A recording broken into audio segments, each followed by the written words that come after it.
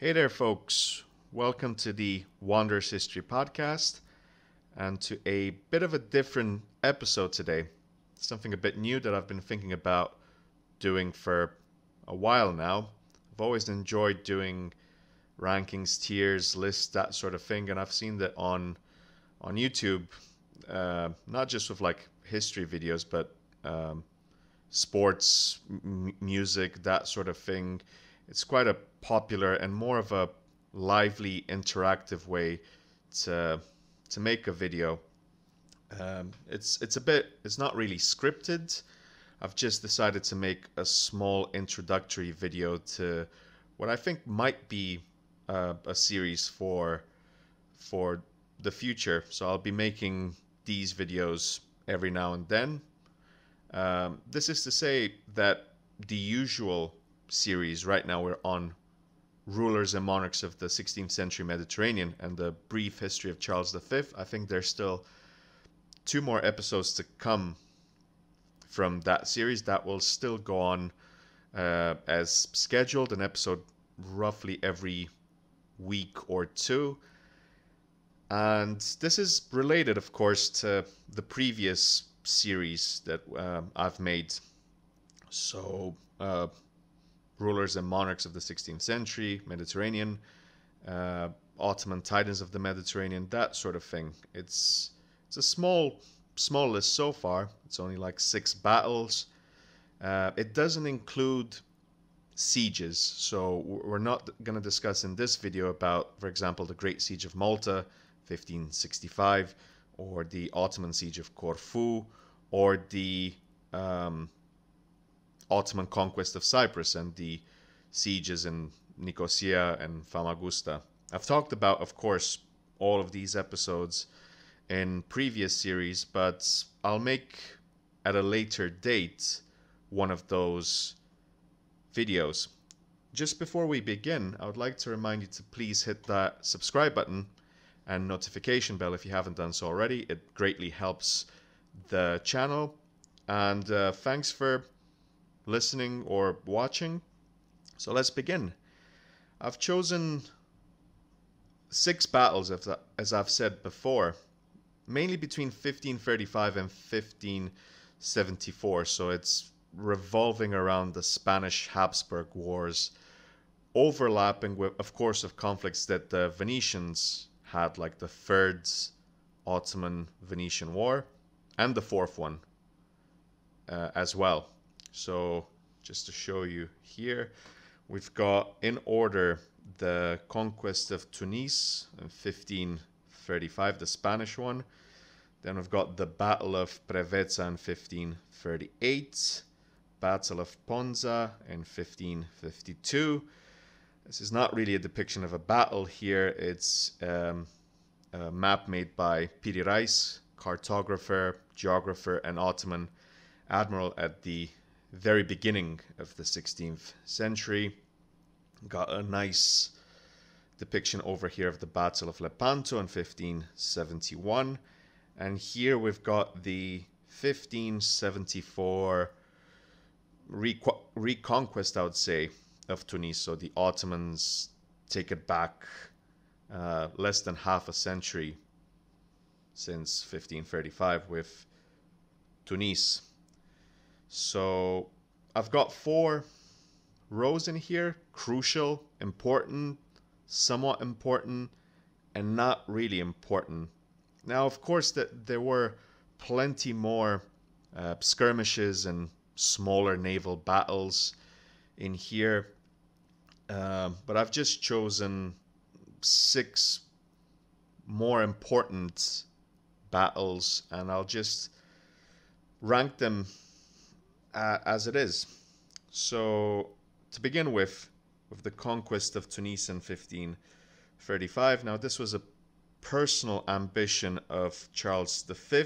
He made a very large force, because we see his commanders are Andrea Doria, Alvaro de Bazan, Garcia de Toledo, and the Duke of Alba.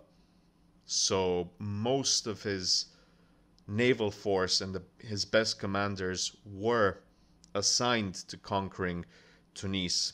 And it proved to be one of the very few failures of Hayreddin Barbarossa, who had a bit of French support in terms of supplies and whatnot. Tunis was an important landmark in terms of spheres of domination in the Mediterranean. Whoever controlled Tunis had important access to Western Africa, especially important ports. And in here we see basically the attack on La Goleta with Tunis in the background. Now Charles manages to win this, but at a great cost. We see plenty of casualties. We see disease and plague breaking in the Spanish camps. It's not really a Pyrrhic victory, but it comes at a great cost. And if we look long term with what happens in 1574, it's not really as crucial as some people might think it is, and it triggers a series of events as well. The Ottomans become not fixated, but we see a clear campaign coming from Suleiman the Magnificent, who ramps up hostilities against the Spanish, and within that conflict we see the Venetians get engulfed as well in 1537. So I'm gonna put the conquest of Tunis at somewhat important. It would be between important and somewhat important, but we'll just keep it there for now. Now, the Battle of Preveza in 1538, as I said before, is one, I think, is one of the most important moments in all of 16th century Mediterranean history, because we see somehow a Holy League is formed between groups that did not care about the interests of the other, if that makes sense. So we have Pope Paul III assembles a Holy League with Spain, the Papal Fleet, and the Venetians mainly. But the Spanish fleet is actually Andrea Doria. We have a large private fleet. We know of the financial difficulties that Spain is facing around this time, and Doria did not really care about what was going on between the Ottomans and the Venetians. If anything, it was direct competition between them. So the Venetians, they're led by Vincenzo Capello and Andrea Doria. These are the main commanders at this battle, and we see through records that there's a constant delay, and Doria hesitates quite often to directly engage. And this basically means that the Venetians are unable to fight off an extremely powerful fleet that had not just Hayreddin Barbarossa, but also Dragut Reis. So two of the most skilled Ottoman admirals, and they basically pick apart the Holy League fleets, and there's huge losses, thousands killed or captured. We're talking about skilled sailors. We have more than 120 ships that are sunk or captured or destroyed. Ottoman losses are minimal. I don't think they lost any galleys, and they lose less than 500 troops. And basically with Preveza, this is the final nail in the coffin, and a decisive one, for the Third Ottoman-Venetian War. The Venetians lose. They have to make payments to the Ottomans. They lose part of the Morea, and all in all, the Venetians are forced to privately at the beginning go for peace with the Ottomans so they can resume Levantine trade, eliminate blockades of Venetian merchants in Constantinople, and so on. So with Preveza, this is a very important step for the reign of Suleiman the Magnificent. It basically confirms Ottoman supremacy in the eastern part of the Mediterranean, and I would say it's one of the two pivotal steps. The next one being Jerba, which we will talk about.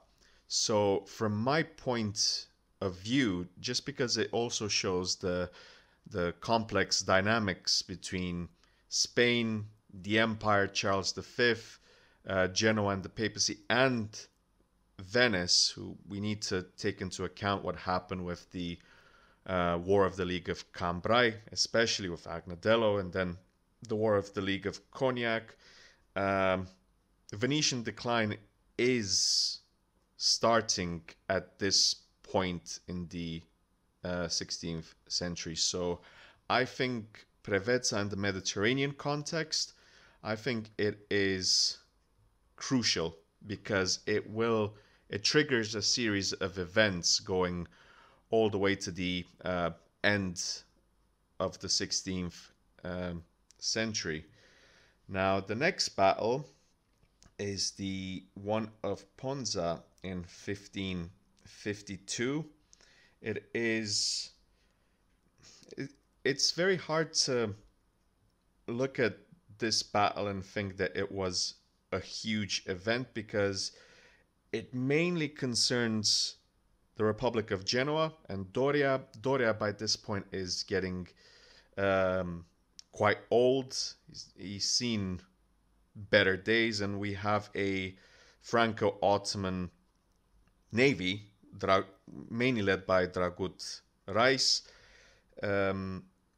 Doria is severely outnumbered. The Ottomans have about 100 ships.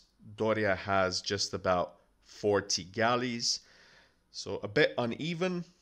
The location was quite interesting as well, just off the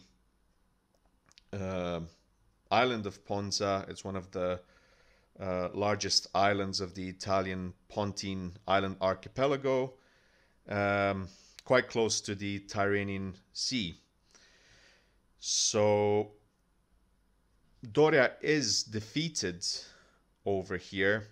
He loses quite a substantial bit.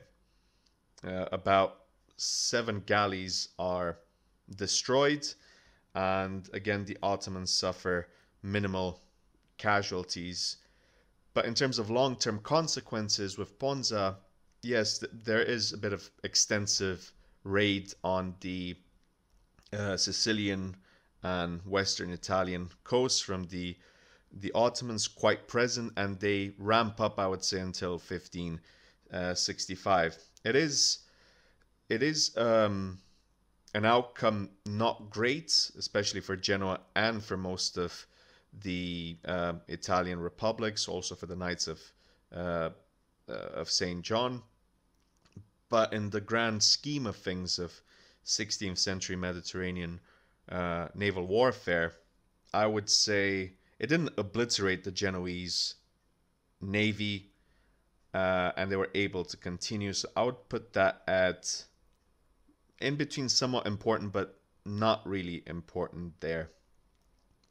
Now, in 1560, if we fast forwards, we reach what I think to be an incredibly important moment at Jerba in 1560.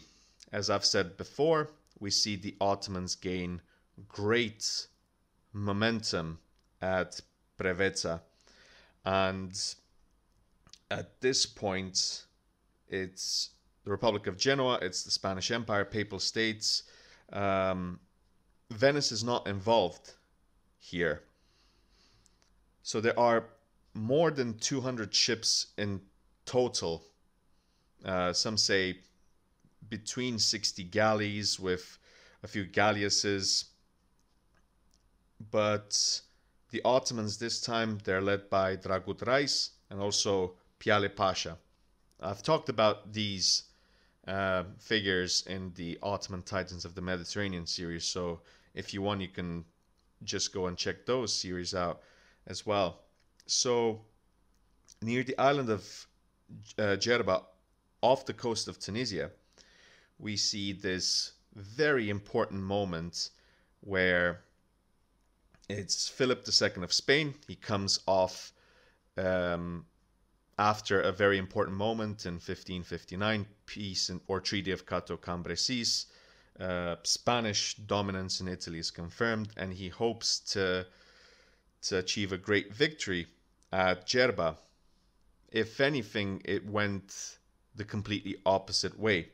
It was one of the worst defeats for the Spanish, and most of their fleet is destroyed. Bear in mind that the Genoese forces is no longer Andrea Doria, is Gianandrea Doria. And very different historical figures, and obviously Andrea Doria was much better of a admiral than his, I think, grand nephew. So with Djerba, arguably we see step 2 of the Ottoman naval supremacy in the Mediterranean, because from this point onwards, the Spanish are constantly forced on the defensive. They've got financial problems, and they're not really able to cope after this. And this is quite obvious with the very timid Spanish presence at the Great Siege of Malta, right as the Ottoman troops are about to be exhausted and the season is getting quite late. Autumn storms will be coming, and they only just have a show of force. So from this point onwards is basically more than a decade of Spanish hesitance in any Mediterranean battle, up until Lepanto, I would say, when Don John of Austria represents a fundamental part of that Holy League from then. So Battle of Djerba is, I would say, step number 2 in confirming Ottoman naval supremacy, which also endangered most of the Italian peninsula. We're talking about Sicily, we're talking about even Sardinia, and we're talking about Malta as well. So this battle allows the Ottomans to control crucial points in the Western Mediterranean, and had they been successful in 1565 at Malta, that would have been even more dangerous, because that would have given them a very good outpost either at Malta or Gozo to go and attack Sicily. And even the Ottoman sultans always had this ambition of conquering at least southern Italy. I think it was Otranto in the previous century. So Djerba, for that reason, I will put it in the crucial category. Moving on to 1571, we now talk about the Battle of Lepanto, a naval engagement that took place on October 7th, 1571. And the context here is very important. Quite similar to what happened in the Third Ottoman-Venetian War. We talked about Preveza a few minutes ago. At Lepanto, we see an attempt from Pope Pius V to assemble a Holy League to help the Venetians recapture Cyprus. Cyprus was one of the most important elements, parts of the Venetian Commonwealth, and one can say Mediterranean Empire. The Ottomans and Selim II, the Ottoman Sultan, wanted to gain Cyprus either by peaceful surrender or by force. And here we saw the clashes. Mehmet Sokolu Pasha and Joseph Nasi. Selim really needed a conquest, a notable conquest after the death of his father Suleiman and him becoming sultan. And Lepanto ends up being quite spectacular confrontation. Now, there is the very famous quote about Lepanto from Voltaire saying that it was basically nothing more than a spectacle which did not have many consequences.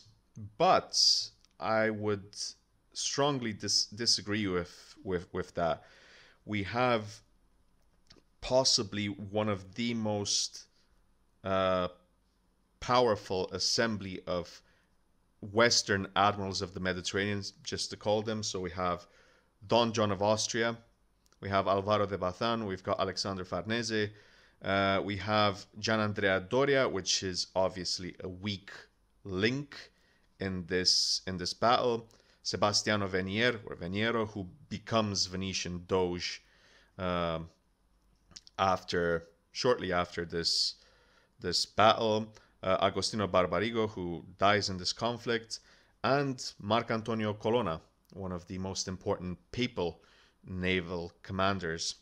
So quite impressive in the sense that we've got over 60,000 troops, so sailors, oarsmen, and soldiers, over 200 galleys, over 5 massive galleasses, and on the other side, the Ottomans arguably assemble one of their largest fleets. Some sources say over 80,000, others say over 70,000. Great indicators to look at what Fernand Braudel wrote in the History of the Mediterranean in the time of Philip II, so volume 2 of that. In any case, it's a massive deployment. The Ottomans, this is a bit complicated because they had to focus on defending the Cypriot coast and prevent the Venetians or the Holy League from landing reinforcements there. So Piale Pasha, very important Ottoman admiral, he is focused on preventing that fleet from delivering any supplies. There's only 1 or 2 instances where I think is Marco Querini who manages to hijack transports coming from Syria or Alexandria. I'm not, I don't remember exactly, but that's just a one-off. And the folks in Famagusta with Marcantonio Bragadin, they keep hoping that the Venetians would be able to land with supplies and reinforcements, which unfortunately for the Venetians does not happen. On the Ottoman side, there is we no longer have Dragut Rais. Of course, he dies at the Great Siege of Malta in 1565. We have Ali Pasha, rather inexperienced admiral, who actually dies at this confrontation of Lepanto. He decides to go head-to-head with Don Juan's flagship, and that goes horribly wrong because his main ship manages to get separated from the main fleet, and the ship ends up being conquered by the Allied forces. Sources say that Ali Pasha is captured, decapitated, his head is put on a spike, and of course that had a massive effect on the morale of the Ottoman navy.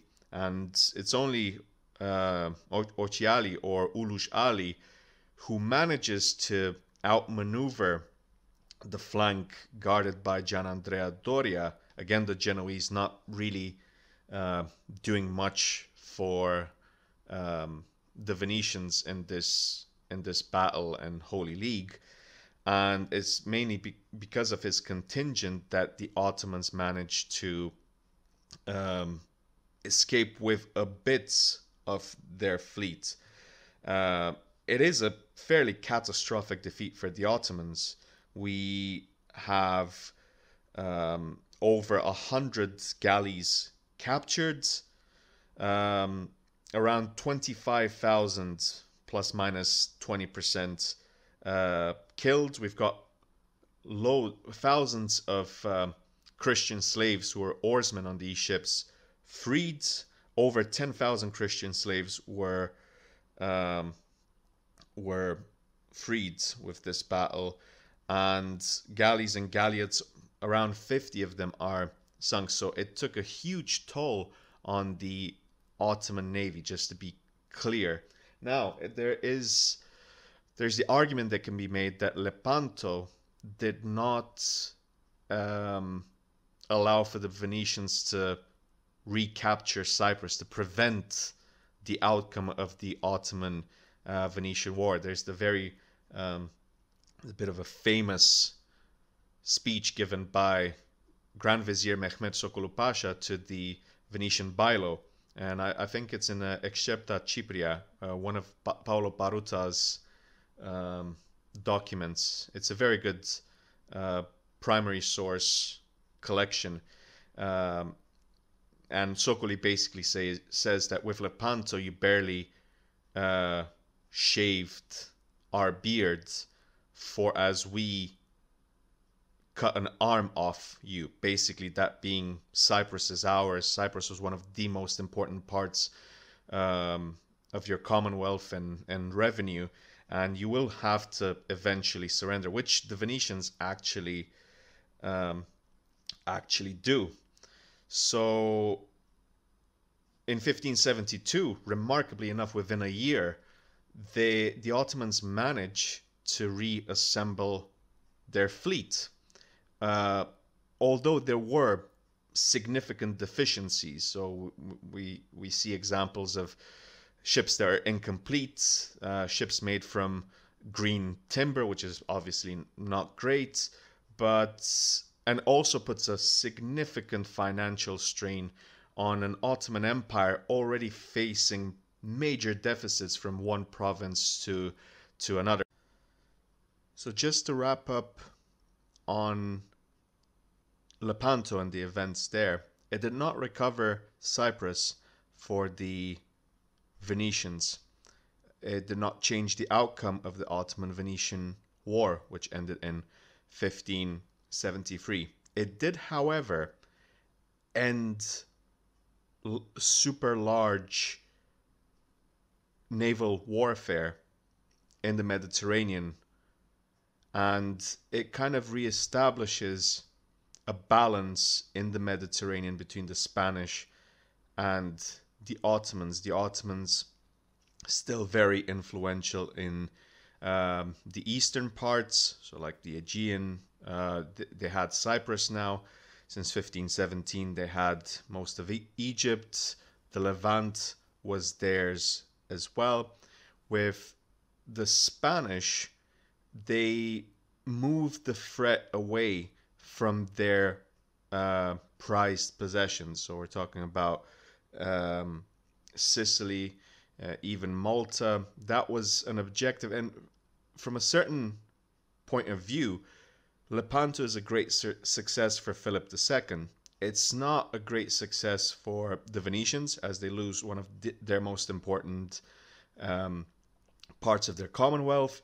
From a religious point of view, the papacy would have been greatly disappointed with the fact that Cyprus did represent a bastion of Catholicism quite close to the Holy Lands, and it was a significant loss for the Catholic Church. One of its outposts got conquered by the Ottoman Empire. So I would not put it at crucial from an importance standpoint, but it is definitely important. So that is where I'll place that battle. And the conquest of Tunis in 1574 is basically a conclusion to what we've started with. Um, it was a great event of great significance because it decided what most of North Africa would be under Muslim control rather than the Christian rule, and it ended the Spanish conquest and influence in much of northern um, Africa. And it was a conflict in which Spain puts a bit of didn't put that much effort in the sense that they couldn't uh, muster up the resources. So the Spanish Empire, they've got a total of no more than 6,000-7,000 soldiers defending the garrisons at Tunis, and the Ottoman Empire, on the other hand, they've got Uluj Ali, who again he managed to escape rather unscathed from Lepanto, and he's got a very large force. Much of those ships that were rebuilt after Lepanto in 1572. Um, it's over 200 ships at least, um, and we see most of the Spanish forces just be obliterated. Most of them were killed. Very small, about a 10%, 10-15% force is just captured, and it basically um, it ends what was a fairly brief period since 1535. Um, John of Austria, he does attempt to relieve the siege with a fleet of galleys from Sicily and Naples, but he's unable to get there because of very stormy conditions. I believe that this would have been it took between mid-July and, if I remember correctly, 13th of September 1574. So towards the end is that period in the Mediterranean um, where it just became too risky. To conclude on the 1574 Ottoman conquest of Tunis, it is an important moment.